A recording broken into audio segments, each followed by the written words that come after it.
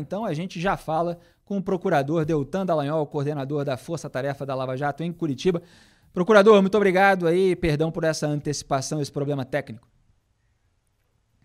Nada, Felipe, é uma alegria estar com vocês, hoje e sempre, viu? Prazer poder discutir esse tema tão importante para o nosso país, que é a corrupção. Procurador, eu estava aqui lembrando a minha analogia até com o mercado da comunicação em relação à independência funcional. O senhor pode dizer melhor como é que funciona isso?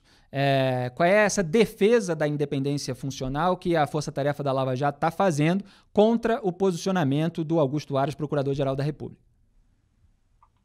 Felipe, no Ministério Público funciona mais ou menos como funciona no Judiciário.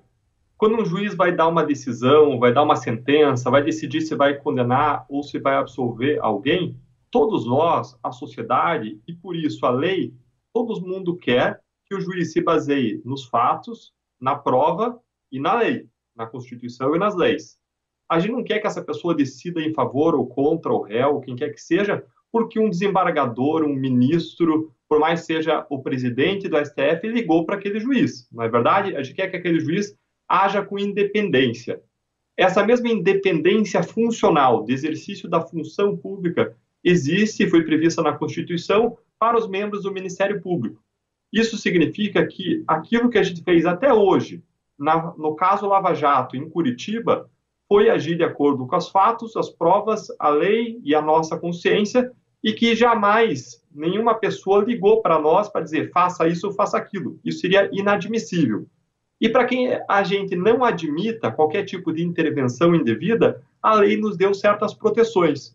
Uma dessas proteções, por exemplo, é não poder nos mover de lugar, não poder nos remover à força para um lugar distante daquele que a gente mora. Outra dessas proteções é a vitaliciedade. É uma proteção do cargo. Você exerce aquele cargo durante a tua vida. E você só pode ser excluído por meio de uma ação judicial do cargo que você ocupa. E eu ouvi você explicando para as pessoas a questão da solicitação que o Procurador-Geral fez dos dados das forças-tarefas.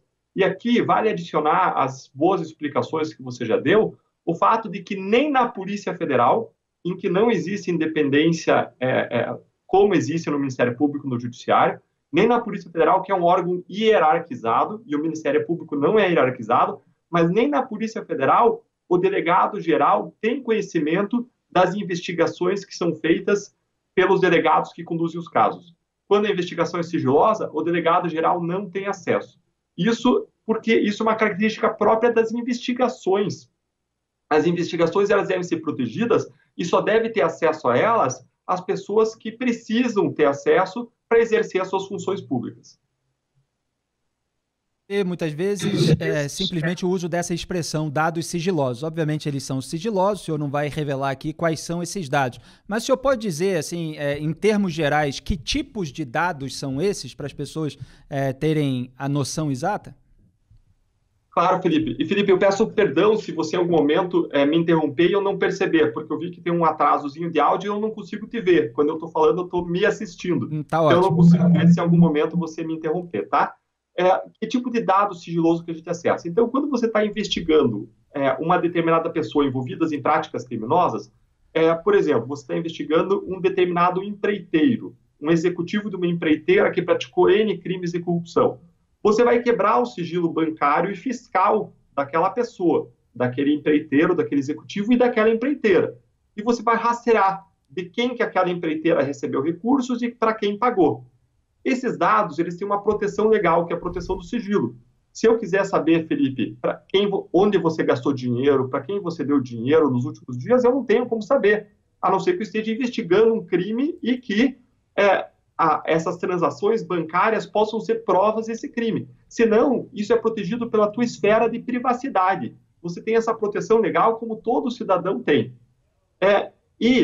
Essa proteção legal, ela só pode ser quebrada para fins específicos, para que certos agentes públicos possam olhar e ver se ali dentro tem provas de crimes que tenham sido praticados. Agora, ao mesmo tempo que nas tuas transações bancárias, na transação de uma pessoa cujo sigilo a gente afasta, tem transações que podem ser criminosas, não no teu, né? Não no teu caso, mas vamos dizer lá no caso do empreiteiro.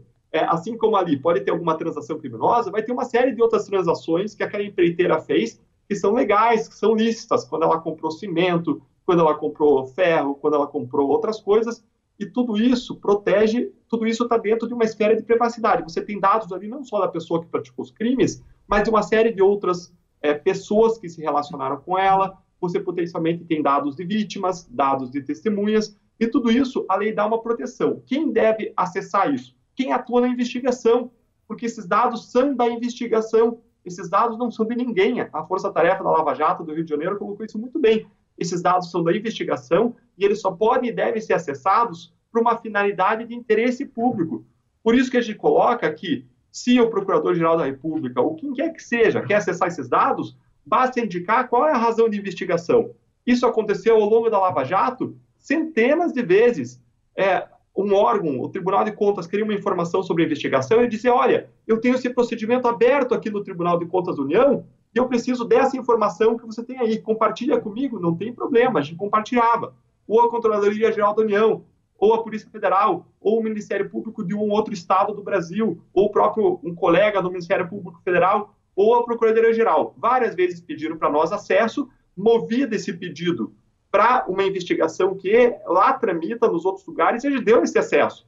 Agora, o que não cabe é pedir um cheque em branco, um acesso a tudo.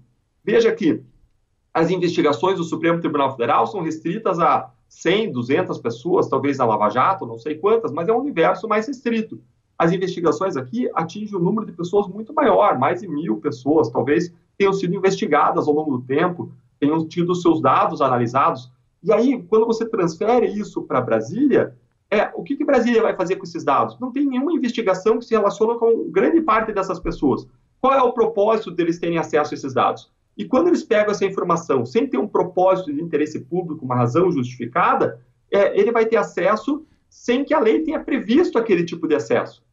Aquela informação, lembra, ela é protegida por um sigilo legal, que a lei deu um sigilo para aquilo. As autoridades têm que acessar aquela informação, devem ter direito a acessar, quando é para investigar um crime, mas não sem essa justificativa de investigar o crime. Agora, procurador, só para encerrar essa parte da conversa, a gente vai permanecer aqui, tá, produção? Direto, sem comercial, primeiro e segundo bloco, a gente emenda aqui com o Deltan e a produção tenta estabelecer a conexão com o Robertson Pozobon, que deu algum problema para o nosso último, aquele que seria o terceiro bloco e hoje seria o segundo.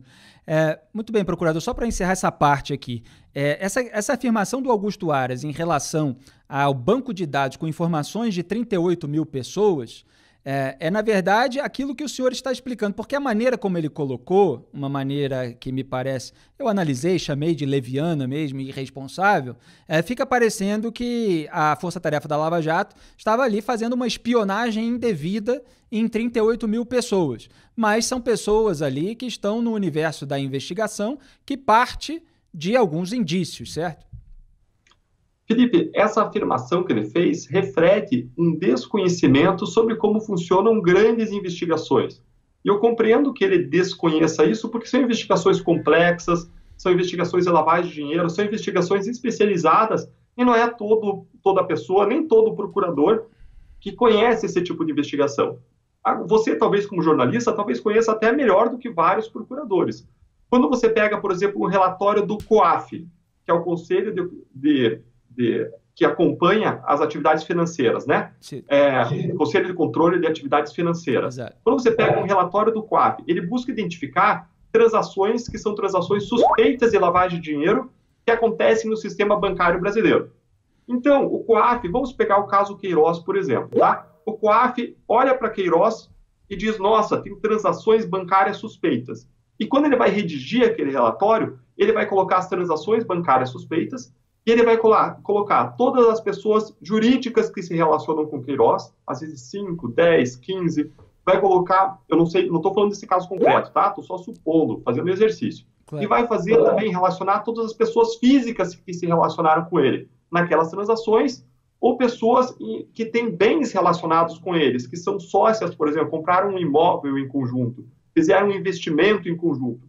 E aquele relatório, então, que dizia respeito a uma pessoa, às vezes menciona uma lista de 15, 20, 30, 50 outras pessoas. E quando o Procurador-Geral ele fez menção a essas 38 mil pessoas, o que é esse número? Esse número é o número de pessoas físicas e jurídicas que foram mencionadas em relatórios feitos pelo COAF e enviados para o Ministério Público. Então, esse é um dado de relatórios que o COAF fez, por exemplo, sobre uma empreiteira como do tamanho do Odebrecht, do tamanho do Andrade Gutierrez, que se relacionaram com milhares de pessoas. E à medida em que o COAF identificou transações suspeitas de lavagem, você tinha lá dezenas, centenas de pessoas em um único relatório. E isso não indica nada de errado na nossa atuação. Pelo contrário, indica que o COAF, porque é ele que fez os relatórios, não nós, trabalhou bem, fez uma boa supervisão do sistema bancário e financeiro, identificou transações que apontam indicativos de lavagem de dinheiro e, como deveria fazer, encaminhou esses relatórios, encaminhou essas investigações para o Ministério Público, para que nós analisássemos aquilo, para que nós aprofundássemos a investigação sobre as pessoas em relação aos quais especificamente existiam indícios de crimes. Agora, não é porque o relatório do COAF, lá envolvendo a empreiteira Odebrecht, menciona 100 pessoas que essas 100 vão ser investigadas. Não.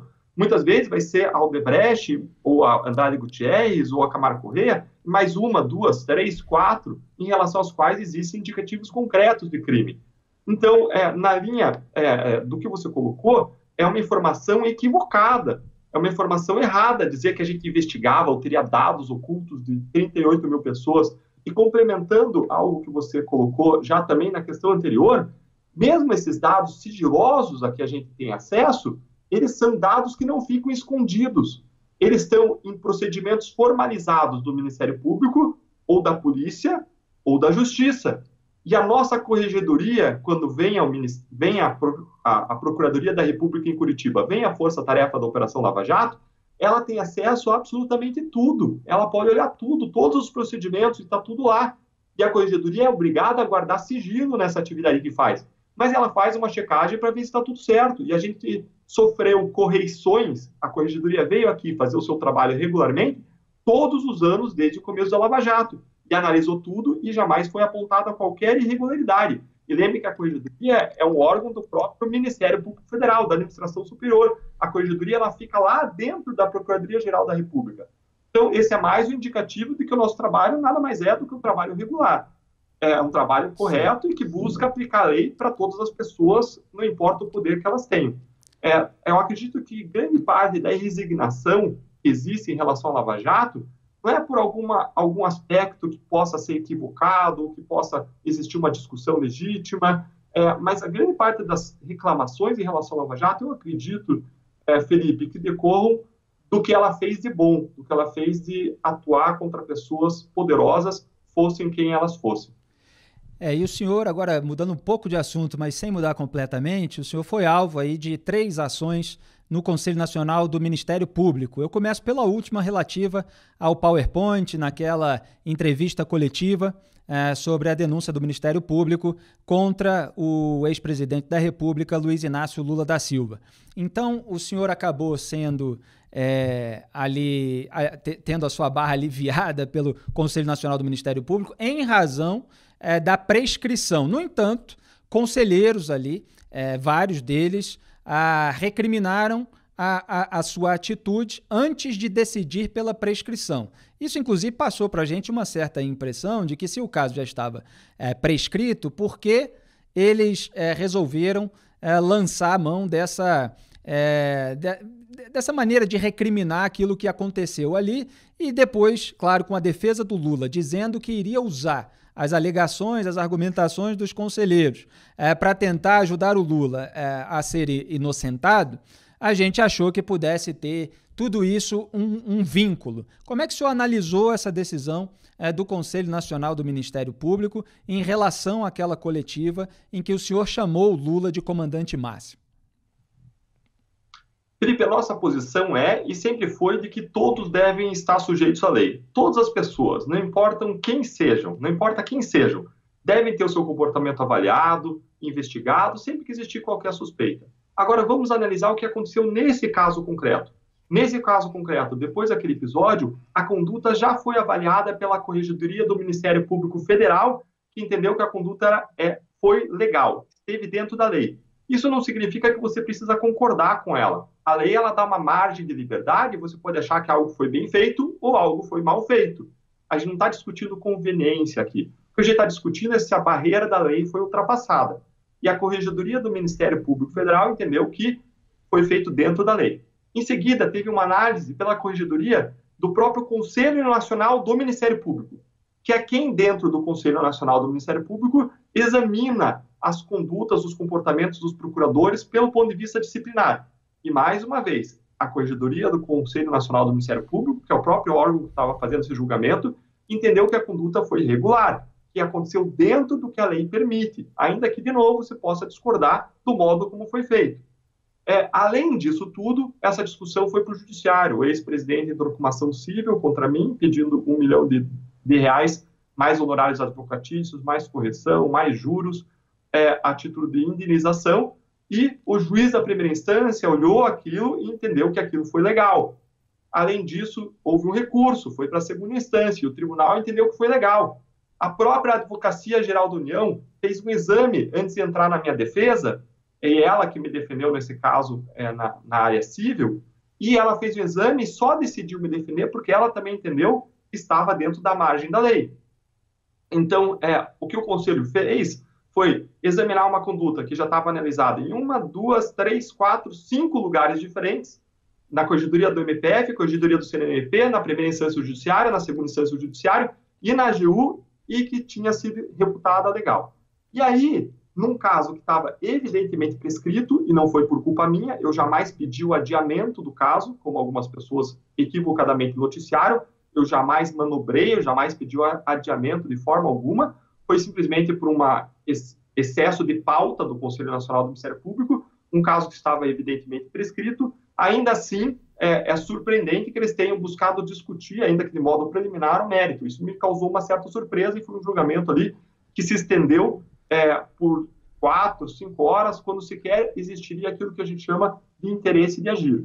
É uma barreira legal, uma barreira de ordem pública que existe para que aquela avaliação avançasse. Então, Felipe, foi um pouco surpreendente o modo como aquele julgamento sucedeu. A gente não pode ignorar que, ao longo dos últimos meses, tem havido uma série de pressões públicas expressas por parte de autoridades relevantes, por parte de alguns senadores, que têm buscado exercer uma pressão para que existam punições no Conselho Nacional do Ministério Público, especificamente em relação à minha pessoa. Existe ainda uma composição não completa do Conselho Nacional do Ministério Público. 2 membros indicados pelo Ministério Público e 1 pelo Judiciário ainda não foram aprovados para ingressar lá. Então, é uma composição em que não existe uma discussão mais completa com toda a multiplicidade dos atores que a Constituição previu. Agora, como eu disse, a nossa posição é de que todas as pessoas devem ser escrutinadas diante da lei. A gente, por entender que existia, aliás, em outros 2 casos, que eu imagino que seja objeto da pergunta seguinte que você vai fazer. Por existirem outros 2 casos em que o Conselho Nacional estava passando por cima de uma série de regras, a gente levou o Supremo Tribunal Federal, que acabou entendendo e reconhecendo existir indicativos de que o Conselho Nacional do Ministério Público estava extrapolando. Mas, apesar de tudo isso, eu quero dizer que eu confio nas instituições, que a gente deve defender as instituições que são essenciais para a nossa democracia e deve, é claro, buscar que cada caso seja analisado jamais com viés de vingança, mas em cima dos fatos, das provas e da lei. Procurador, ainda sobre esse caso, só um acréscimo, porque o senhor teve, ou sempre teve, me corrija se eu estiver errado, uma posição contrária à prescrição de determinados crimes que a gente vê muitas vezes acontecer no Brasil. O criminoso comete lá um ato ilícito e a defesa usa de todas as manobras protelatórias para que o caso venha a ser prescrito ou para que o sujeito seja julgado já depois de velho, muitas vezes tem problemas de saúde, aí não pode ir para a cadeia, vai para a prisão domiciliar, isso que a gente tem visto acontecer, inclusive com políticos. E o senhor acabou salvo ali por uma prescrição dentro do Conselho Nacional do Ministério Público, mas num pedido de processo disciplinar, que também é diferente de atos criminosos aí cometidos por políticos. Mas o que o senhor está dizendo é que o senhor não fez nenhuma manobra protelatória, que a prescrição se deveu aí a outros fatores, certo? Correto, Felipe. Mas eu defendo e continuarei a defender que sejam feitas mudanças nas leis de prescrição para que casos não prescrevam, casos especialmente envolvendo réus de colarinho branco, criminosos poderosos, pessoas que praticaram corrupção, como você mencionou. A gente não quer que os casos prescrevam de modo nenhum e acho que as leis devem ser mudadas para que não exista prescrição, salvo quando existe uma absoluta inércia do órgão de acusação. O que acontece hoje é que mesmo quando o Ministério Público atua para evitar uma prescrição, pede para o tribunal julgar, ainda assim os casos acabam prescrevendo. É totalmente diferente do que aconteceu no meu caso. No meu caso, eu prestei informações lá por 2016, esse caso entrou na pauta do Conselho Nacional do Ministério Público, mas por um excesso de processo de pauta, o próprio Conselho Nacional foi adiando,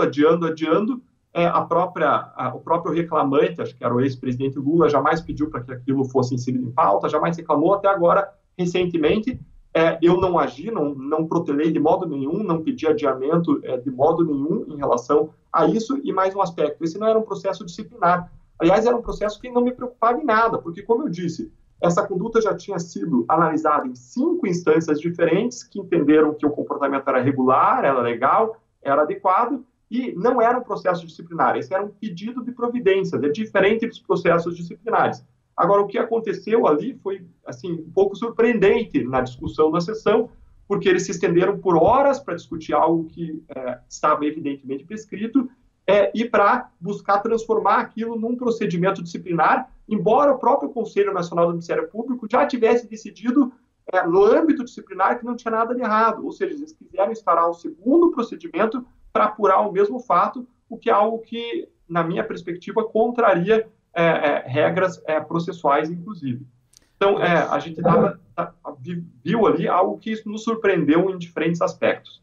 Certo, procurador. O senhor antecipou aí os outros 2 casos, um tinha a iniciativa da senadora Cátia Abreu, outro do senador Renan Calheiros, eles diziam mais respeito a postagens em rede social, o senhor pode falar melhor a respeito disso, e, no entanto, o ministro, decano da Corte, Celso de Mello, deu ali uma resposta dura, suspendendo esses casos e defendendo a liberdade de expressão e também várias prerrogativas do Ministério Público, uma decisão muito importante que eu esmiucei aqui em vídeo, nós no Antagonista demos todos os detalhes a respeito. No entanto, procurador, houve um recurso contra essa decisão e que caiu com outro ministro do Supremo Tribunal Federal. É isso? Porque o Celso de Mello está aí com licença médica, inclusive a gente tem noticiado sobre a articulação na segunda turma do STF para formar o trio de novo, né, Gilmar Mendes, Ricardo Lewandowski e o Dias Toffoli, que agora vai sair da presidência da Corte, poderia, em tese, voltar à segunda turma. Então, o Celso de Mello não estaria mais à frente desse caso. E aí poderia ser o Gilmar Mendes, que tem uma outra percepção do Ministério Público e, inclusive, acabou sendo alvo de um processo, de uma ação sua, né, porque ele atacou o senhor numa sessão plenária, inclusive, e acabou sendo condenado ali, a União, na verdade, a responder por ele e a arcar com os custos daquela condenação. Então, o que acontece agora, procurador? Ótimo, Felipe.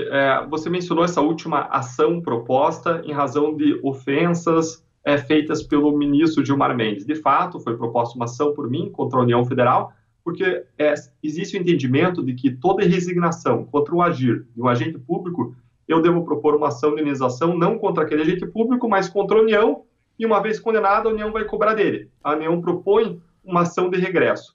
Esse é um caso em que existiu a condenação da União, vai existir recurso ainda por parte do ministro Gilmar Mendes, e uma vez existindo uma condenação definitiva, vai existir um recurso por parte da União, uma vez existindo uma condenação definitiva, caberá à União entrar com ação de regresso em face do ministro. Agora, de todo modo, esse é um recurso que, uma vez existindo essa condenação, e o pagamento disso, né, chegando a um bom êxito essa ação, como eu acredito que chegará, é um recurso que eu já ajustei com o advogado, e tanto ele como eu vamos abrir mão desses recursos, ele dos honorários e outros recursos, em favor da construção do Hospital Erasto Gertner, Hospital Erastinho. Vai ser o primeiro hospital oncopediátrico, uma unidade feita para crianças desse hospital grande e que, aliás, vai ser inaugurada amanhã, mas que ainda precisa de recursos, ainda falta cerca de R$1 milhão, vai ser inaugurada amanhã e a gente vai fazer essa destinação com o objetivo de contribuir para essa boa causa. E, em relação às outras 2 ações que tramitaram no Conselho Nacional do Ministério Público, nós contestamos esses 2 processos que estavam sendo movidos lá perante o Supremo Tribunal Federal. E eu fiquei muito contente que essas contestações caíram com o ministro Celso de Mello, porque ele é um ministro que não é um ministro identificado nem como pró-Lava Jato, nem anti-Lava Jato. Ele é um ministro muito respeitado, acima de qualquer suspeita. E as decisões dele foram muito firmes. O que ele fez foi dizer, por exemplo, no caso que é movido contra mim pelo senador Renan Calheiros, do Conselho Nacional do Ministério Público, o que ele fez foi dizer que aquilo que eu fiz, as comentários que eu fiz nas redes sociais e que geraram esse processo disciplinar, estão dentro do âmbito da liberdade de expressão e que não se pode querer calar um membro do Ministério Público, um coordenador da Operação Lava Jato, do Ministério Público Federal na Lava Jato, não pode ser calado. Essa pessoa tem que ter um espaço para que possa se manifestar publicamente, emitir opiniões, criticar decisões, defender pautas de interesse público e por aí vai. Então, foram decisões muito fortes, muito claras e aliás, o ministro Celso de Mello apontou ali, claro que em caráter preliminar, ele vai examinar o assunto com maior profundidade, apontou ali uma série de irregularidades que teriam sido cometidas pelo Conselho Nacional do Ministério Público na condução dos processos contra mim, além de me dar razão no mérito, dizer que eu estava protegido pela liberdade de expressão, eu estava protegido por aquela ideia de inamovibilidade, de não poder ser retirado do meu ofício, por decisões boas e que eu quero acreditar que vão ser mantidas pelo Supremo Tribunal Federal. Eu não tenho a informação de que, com a licença do ministro Celso, essas ações já tenham sido distribuídas por outros ministros. Eu não tenho essa informação, tá, Felipe? Até onde eu sei, essas ações seguem no gabinete esperando o retorno do ministro, pelo menos por enquanto. Se tiver alguma mudança desse quadro, a gente pode voltar a comentar esse assunto. Certo. Produção, eu teria um monte de perguntas aqui para o Deltan, mas já está na hora do nosso intervalo para entrevistar o Roberson Pozobon? Ou ainda dá tempo de fazer uma para o Deltan? Vou fazer mais uma aqui, procurador Deltan Dallagnol. É o seguinte, é uma mais geral, Deltan. A gente vê aí o Procurador-Geral da República falar para que o lavajatismo não perdure. E a gente vê muitas pessoas, inclusive na imprensa, dizendo que a Lava Jato recorre ao jacobinismo, à criminalização da política, o próprio PGR falando em desvios. Como é que o senhor vê essas acusações específicas? Jacobinismo, criminalização da política e desvios da Lava Jato. Felipe, obrigado por colocar essa questão até no encerramento, que nos permite dar uma avaliação geral, né? Exato. Quando existe essa chama a Lava Jato de lavajatismo, você pode interpretar em duas direções. Você pode interpretar num sentido pejorativo, e aí ninguém quer. Eu não quero uma operação que tenha excessos, abusos, que tenha um jacobinismo, algo indevido. Agora, você pode interpretar no bom sentido da Lava Jato, de uma operação que coloca todo mundo debaixo da mesma lei, que alcançou os poderosos pela primeira vez de modo inédito na história do país, que vem recuperando de modo inédito mais de 14 bilhões de reais para os cofres públicos, de uma justiça altamente ineficiente, porque as engrenagens da justiça são feitas para não funcionar como regra em relação a poderosos. Você pode encarar o lavajatismo como um conceito extremamente bom, algo que a gente quer mais no país, uma operação que dentro da lei, buscou responsabilizar e alcançou a responsabilização de pessoas poderosas que são muito blindadas pelas engrenagens do sistema de justiça, pelo modo como as leis operam no nosso país. Agora, vou focar no aspecto negativo, que é o que você trouxe. Quando as pessoas trazem, existiram abusos, a questão é qual abuso? Qual abuso que existiu? Veja que não existe nenhum processo disciplinar contra mim no Conselho Nacional do Ministério Público por atos e investigações e processos. Nada, absolutamente nada. O que existe é a ação de Renan Calheiros, movida em razão de eu ter defendido o voto aberto na eleição para a presidência do Senado, basicamente, um resumo, e existe uma ação movida por uma outra pessoa que foi investigada pela Lava Jato, a senadora Cátia Abreu, me pedindo para me tirar da Lava Jato. São essas duas ações que existem hoje no Conselho Nacional do Ministério Público. De novo, eu ou qualquer outro integrante da Lava Jato, nós jamais fomos alvo de processo disciplinar ou nossos atos por investigações e processos na Lava Jato. E mais, nossos atos, eles não são escondidos. Nossos atos, os atos praticados, as denúncias oferecidas, as buscas e apreensões, os pedidos, as decisões judiciais, tudo isso é escrutinado não só na primeira instância, mas outras 3 instâncias independentes do judiciário. E isso pode ser contestado, e é contestado por advogados muito bem pagos nessas 3 instâncias, em múltiplos recursos. E o que aconteceu até agora? O que aconteceu até agora é que essas instâncias têm, em regra, confirmado tudo o que se fez. Eventualmente, pode-se discordar de algum ato. O Supremo algumas vezes entendeu que era o caso de libertar algum réu, entendeu que não estavam presentes os requisitos da preventiva, mas isso não significa um excesso, um abuso, porque outras instâncias para baixo, antes, tinham analisado os mesmos fatos e entenderam que estavam presentes nos requisitos de preventiva. O que a gente tem que entender, Felipe, é que fatos e provas são sujeitos à interpretação. Do mesmo modo, lei é sujeita à interpretação. Direito não é matemática. Isso permite que existam argumentos legítimos contrários que convivam. Isso faz parte do nosso sistema. Por isso, a revisão de atos e decisões do nosso sistema é muito natural, é visto com naturalidade. Agora, outra coisa é você praticar uma franca violação da lei, você confrontar a lei, você praticar um abuso que não faça parte dessa discussão sobre a melhor solução jurídica. Outra coisa é você praticar um excesso, um abuso. E isso, como eu disse, nem os tribunais apontaram, nem os órgãos correcionais, existem 2 órgãos independentes, apontaram até hoje. E para fazer menção à tua última questão, ao teu último ponto, a Lava Jato, ela nunca criminalizou a política. O que ela fez foi identificar, sim, crimes praticados no âmbito da política. A política é boa, a política é saudável. Existem 2 conceitos de política: política partidária, que é saudável, faz parte da nossa democracia, e a política no sentido de exercício de cidadania, a partidária. Essa é extremamente essencial. E se a gente quer um país melhor, não existe atalho. Cada cidadão vai precisar se engajar mais na vida pública do nosso país. Para encerrar, eu queria fazer uma última observação. Claro. Toda a crítica que eu faço em relação a atos específicos, decisões específicas, seja do Supremo Tribunal Federal, seja do Conselho Nacional do Ministério Público, são críticas que eu faço ao conteúdo desses atos e decisões com o objetivo de aperfeiçoamento das instituições. Eu jamais estou atacando instituições. Não, a gente deve preservar as instituições desempenham um bom papel no nosso país, a gente precisa delas, inclusive, para a gente poder manter a própria liberdade de expressão e de crítica. As instituições são essenciais e elas cumprem, em grande medida, os seus relevantes papéis. Por isso, embora a gente defenda as instituições, é extremamente legítimo, recomendável numa democracia que a gente participe do debate público, apontando falhas, apontando erros, apontando equívocos, como, aliás, muitas pessoas fizeram ao longo do tempo em relação à Operação Lava Jato. Isso é totalmente diferente de você atacar as instituições, porque a gente pode ter discordâncias legítimas. A gente precisa de mais respeito e mais consideração no debate público, Felipe. Isso é algo saudável para o nosso país, para a nossa democracia e para a melhora, para o nosso futuro.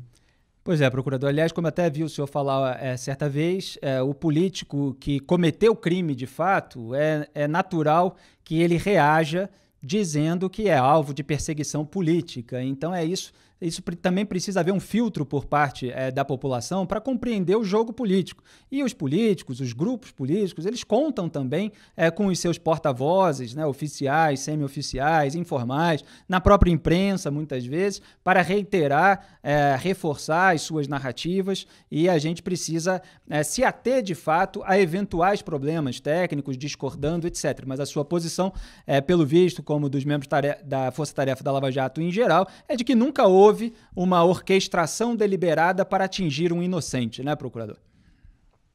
Exato, Felipe. Essa é exatamente a ideia. A questão a gente sempre buscou seguir a lei, seguir uma interpretação correta dos fatos, das provas, de acordo com as obrigações que a lei nos deu. Nós não trabalhamos sozinhos. Eu não sou quem manda na Lava Jato em Curitiba. Não, eu faço parte de um grupo de 14 procuradores da República. Todas as principais decisões são colegiadas, cada um com uma visão de mundo diferente, e esses 14 procuradores da República tomam as principais decisões da Lava Jato em Curitiba, e é um grupo que caminhou de modo extremamente unido, desde o começo da Lava Jato até hoje. Isso só foi possível, embora nós somos pessoas com criações diferentes, que vêm de lugares do país diferentes, com diferentes visões da realidade, isso só foi possível porque nós temos um propósito comum. Esse propósito comum é servir a sociedade, é buscar excelência no serviço público, é diminuir a corrupção e diminuir a impunidade no nosso país. Procurador Deltan Dallagnol, coordenador da Força Tarefa da Lava Jato em Curitiba, muito obrigado por essa entrevista. Seja sempre bem-vindo. Boa noite, bom trabalho. Obrigado, Felipe. Eu que agradeço. É um prazer sempre estar com vocês desse veículo. Prazer estar com você especificamente também. Um abraço a todas as pessoas que estão nos assistindo ou nos ouvindo.